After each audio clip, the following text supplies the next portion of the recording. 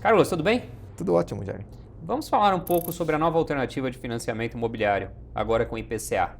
Eu acho que seria bacana nós esclarecermos os dois lados da moeda, né? Para o consumidor, prós e contras, né? E também para o sistema, por que é importante isso para a Caixa. O que você achou? Como é que os investidores, como é que os seus clientes têm conversado sobre isso?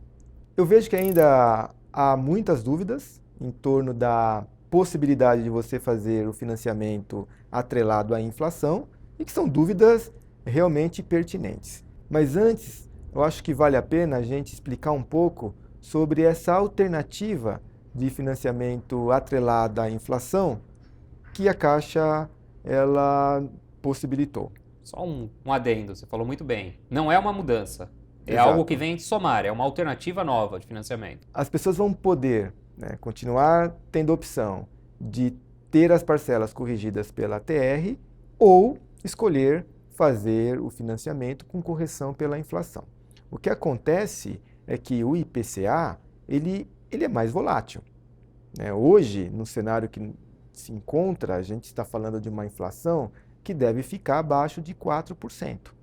Quando você compara com as modalidades que a Caixa disponibilizou de juros, a parcela hoje ela ficaria abaixo do valor se financiado pela TR. Aí eu acho que já é bacana também a gente trazer um pouco da lógica do sistema, né? A parcela tendo um percentual variável, como é o IPCA, é menor risco para quem está emprestando no longo prazo, né? O que, de alguma forma, reflete no formato do preço, ou seja, quem contrata, como está assumindo, eventualmente, um risco maior, dependendo do cenário, ele paga menos, né? Ou seja, por isso que a parcela é menor. A própria simulação que a Caixa fez no dia que fez a divulgação, em que tínhamos parcelas, um apartamento de 300 mil reais, 30 anos, tinha uma parcela que estava dando quase 1.200 reais a menos no sistema pela inflação, IPCA mais um preço, do que pela TR mais uma taxa fixa, né? Sim, porque há uma queda, né, do juro na ordem de 20%. Quando você transporta essa redução, né, dos 20% em média do juro no financiamento atrelado ao IPCA, em comparação à correção pela TR, na parcela você passa a ter um efeito que pode chegar a 50%. Porém, se a inflação sobe, a chance desse benefício que você tem de se manter na parcela ao longo prazo, ela se reduz, né? Então, quando você olha no longo prazo, com a volatilidade que existe, né, no indicador IPCA, o risco do financiamento ficar mais caro, ele é maior. Então, o que se discute muito hoje, sob o ponto de vista de quem vai fazer o financiamento imobiliário, é uma dívida de longo prazo atrelada a IPCA, será que vale mesmo a pena? Porque o horizonte de tempo que a gente tem de avaliação, falando aí de previsão, olhando o Banco Central, né, o relatório Focus, prevê uma inflação, se a gente for olhar a meta da inflação 2022, de 3,5% ao ano.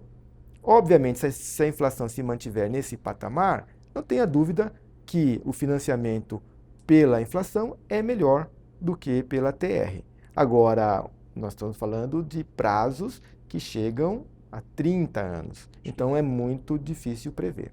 Basicamente, o que mudou é, antigamente, nas condições atuais, né, de preços de mercado, a pessoa poderia contratar TR mais algo próximo de 9,5 por 30 anos, né? Lembrando que a TR está bastante tempo perto de zero, né? A zero, aliás.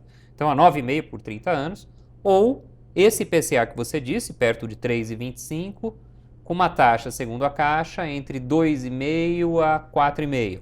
Né? Fazendo uma conta muito rápida, ele Sim. poderia ter uma taxa de juros de 6% no início, ou uma taxa de juros perto de 7,5%, mais perto de 8%. As duas são menores do que o mercado pratica hoje. Né? Só que se essa inflação sobe, por exemplo, para 5%, ele já está de 7,5% a 9,5%. Se sobe para 10%, É.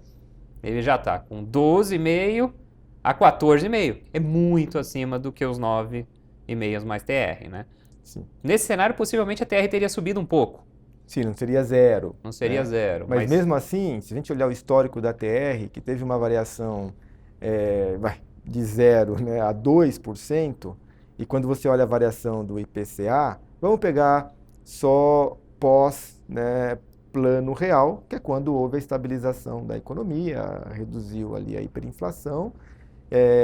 Se olharmos os últimos 25 anos, nós tivemos 2 picos, né, inflacionários de 10%. Um mais recente e outro, né, um pouco mais lá na década de 2000. Mas e a média? Quanto foi? A média foi de 6%. Então, claro, né, ela é maior do que a expectativa que a gente tem mais de médio prazo aí de 3,50, mas estamos falando de uma média de 6% em 25 anos. Mas nesse cenário, Carlos, é bom para o tomador tomar o empréstimo? Como é que você avalia? Como que a gente pode mitigar esse risco, diminuir esse risco? Então a gente pode falar o seguinte, vamos falar do lado do tomador e do lado também do credor. Eu acho que tem benefícios do lado do credor, do lado do mercado, de fomentar a expansão do crédito imobiliário, né? E do lado do tomador, também tem prós e contras. Acho que a gente pode aí, já indo meio que para uma sugestão, né? Ou recomendações de como a gente trabalhar nesse cenário. Mas antes até de falar um pouco do tomador, qual que seria o benefício, né, em termos de expansão de crédito do lado do credor? Falar um pouco de como funciona o sistema, né? O sistema, basicamente, o setor financeiro, o que ele faz? Ele pega dinheiro dos nossos clientes que estão poupando para conseguir a sua liberdade financeira, né? E eles emprestam esse dinheiro para quem precisa comprar o imóvel, né? Mas qual que é o problema? Quando a gente sugere para o nosso cliente, faz a sugestão de um CDB, esse CDB tem no máximo 3 anos. Né? Então esse banco pega esse dinheiro para 3 anos e empresta para 30. Significa que daqui 3 anos ele tem que ter de novo um empréstimo e você não consegue prever o futuro. Né? Isso daí traz um problema, porque você traz um descasamento de prazos e os bancos, como que eles administram o descasamento de prazos? Com gordura.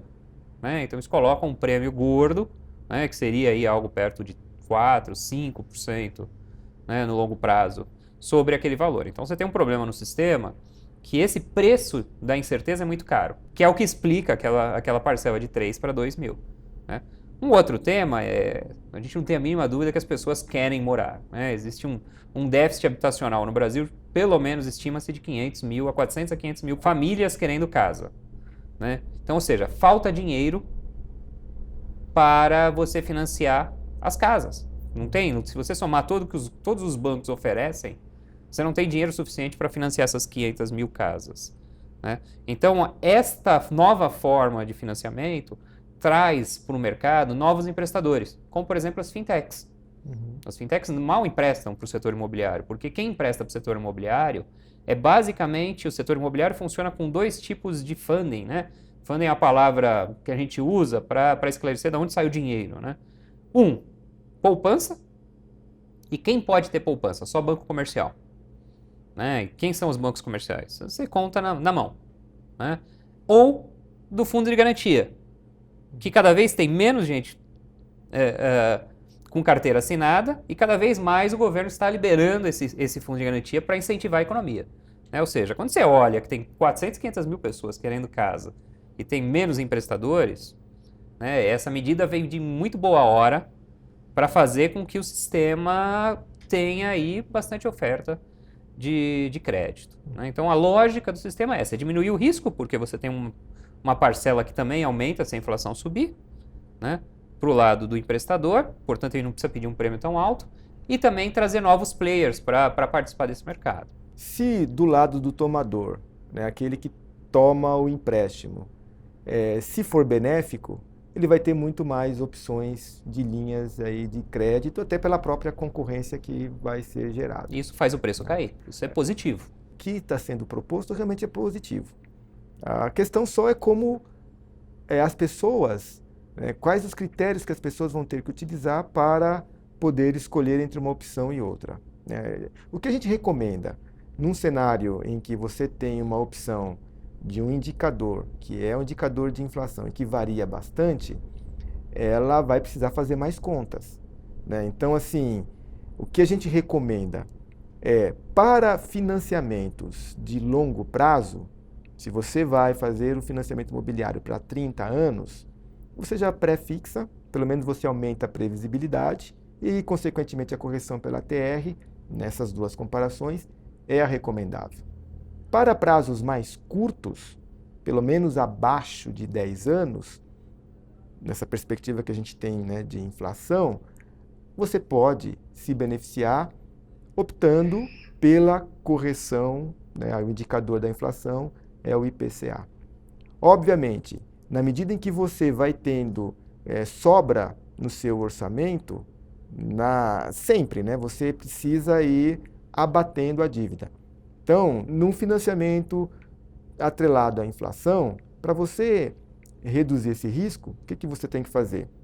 Reduzir a dívida, reduzir o prazo dessa dívida e, preferencialmente, quando você for fazer a compra do imóvel, procurar dar uma entrada maior para que, no final, o prazo sempre seja menor. Então, a grande diferença entre os dois é, um oscila demais, o IPCA oscila muito, você reduz risco, reduzindo o prazo. No caso da parcela atrelada à TR, você já prefixou, né? Então, no final, assim, sempre tem os juros, você sempre vai ter que fazer planejamento. Eu ainda vou sugerir uma última alternativa que pode fazer bastante sentido, que é a diferença de parcela, em algumas simulações, chega a quase de 50% a 33%. Talvez uma alternativa fosse o sujeito, ao invés de comprar uma casa maior, compra a mesma residência e a diferença no sistema de inflação, ele opta por esse sistema e pega esse recurso e compra ali um título linkado à inflação de longo prazo. Nessa diferença, ou seja, se nós estamos falando de uma parcela cair de 3 para 2, pega R$1.000 e compra um título de inflação, né? Isso, teoricamente, se a inflação subir, esse investimento dele vai estar protegido. Né? Se nós tivermos um cenário em que a inflação fique comportada, esse daí é um investimento, virou uma reserva de emergência. Em algum momento, essa reserva vai ser tão significativa que ele pré-paga o investimento dele. Agora, não existe fórmula mágica, a gente não consegue determinar qual o nível de inflação e qual percentual isso é exato, mas pode funcionar. Nessa alternativa que você colocou, Jaime, só confirma de que precisaremos realmente fazer bastante conta e fazer um planejamento antes de sair optando, né, pelo financiamento atrelado à inflação. Mas, de forma geral, a proposta ela é boa para o setor, né? Para o setor imobiliário, é boa para movimentar a nossa economia. Isso aí. E quem tiver dúvidas, consulte um planejador financeiro que com certeza a gente pode ajudar nessas contas.